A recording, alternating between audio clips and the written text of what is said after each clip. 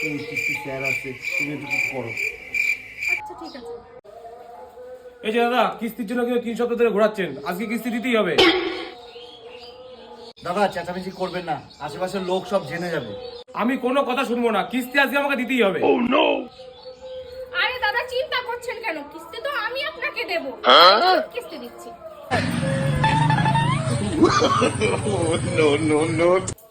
আরে বৌদি, ঘরে গেলে কেউ দেখে ফেলবে না তো? আরে তুমি চিন্তা করছো কেন, চলো।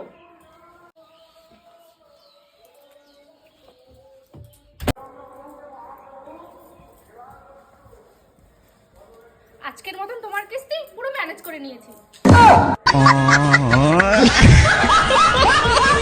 জানতাম লোকের মতন তুমিও আমায় ভুল বুঝবে। তাহলে শোনো কি করে আমি কিস্তি শোধ করলাম। কিভাবে? কত টাকা কিস্তি আপনার? 5,000।